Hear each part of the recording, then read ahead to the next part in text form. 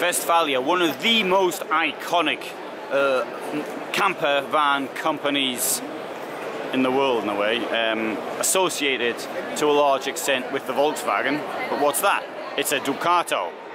And over there we've got Nissan, we've got Mercedes and other base vehicles. So it does lots, but I'm going to show you around rather quickly. You know, somebody said to me, why don't I do videos when there's lots of people hanging around? Because, well, the reason is, as you can see, it's very difficult to do so. In fact, I get the security says you've got to do it. You can't do it when there's no one hanging around. So okay, so this is a situation I've got. I'm now going to walk around. Now some of these vans I have actually done on an individual basis. So there's going to be, if you've seen those films, there'll be a little bit of repetition. But I do want to give you an idea of what we've got here. Now, with these larger Fiat Ducato type things, it's, I think, very similar to what many other companies do, and I don't really see what they don't really have a USP as such, because the van looks the same. But where they do have a USP, unique selling point, it is in some of the smaller things. So you've got Westfalia logo, which looks pretty cute. You've got the says Westfalia up there, and you get this cute side design. But you know, perhaps you want something a bit more than that. So anyway, so you know, that's relatively standard, isn't it, really? So here is a Columbus 540D. 541 centimeters in length, so you can get that. It has a footprint very similar to many cars. I'm going to rephrase it. So it's somewhat similar to some cars. All right, so let's come around here. You get this logo. That's the logo. Pretty good, the logo. But now. So what I really want to do is to show you something which I think is interesting. So okay, we've got these Club Joker vans on a VW. Now this is a bit more like it in a way, because what you've got here, you can have, certainly on this one on the left, you've got a bed. It goes in that sticky out bit at the top. It's quite a high van. You know, Sven Hedin here, also on a VW T6.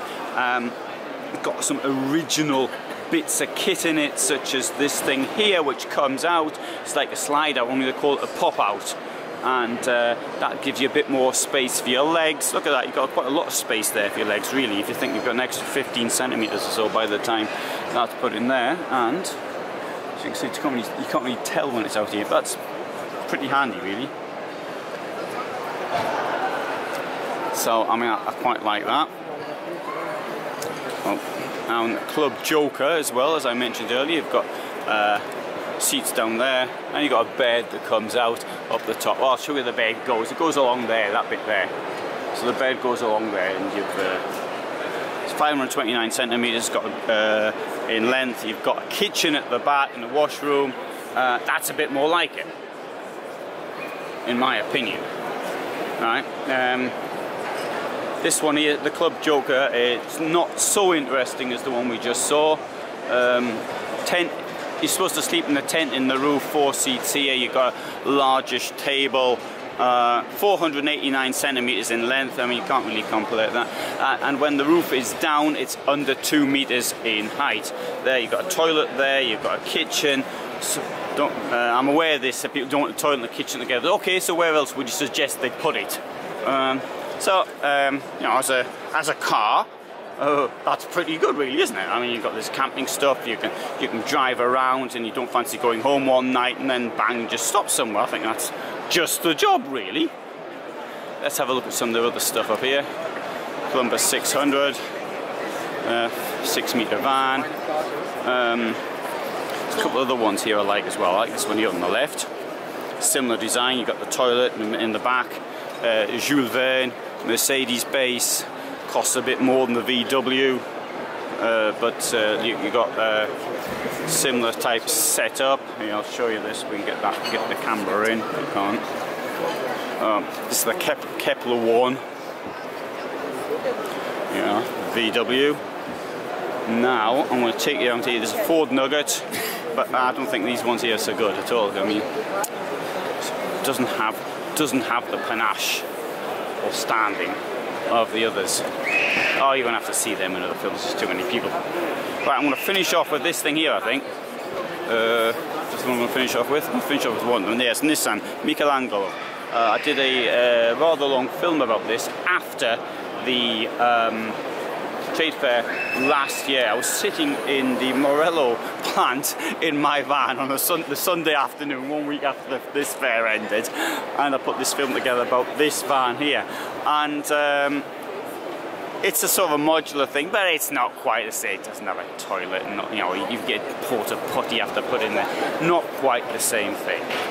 Okay, look, that was a very quick visit to the Westfalia stand here in Stuttgart, and if you find that interesting, I've had a quick visit with lots of other people to other stands here in Stuttgart. Oh, sorry, I didn't show you this one here. I'll show you this one here, which is the flashiest looking van on the stand.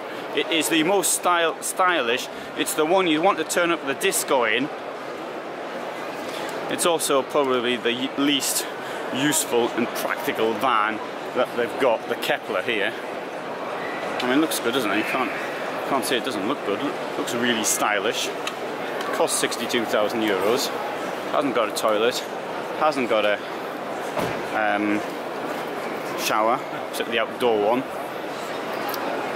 And if you ask me, 62,000, you can get a proper van with all sorts of other features. Okay, good. That's it.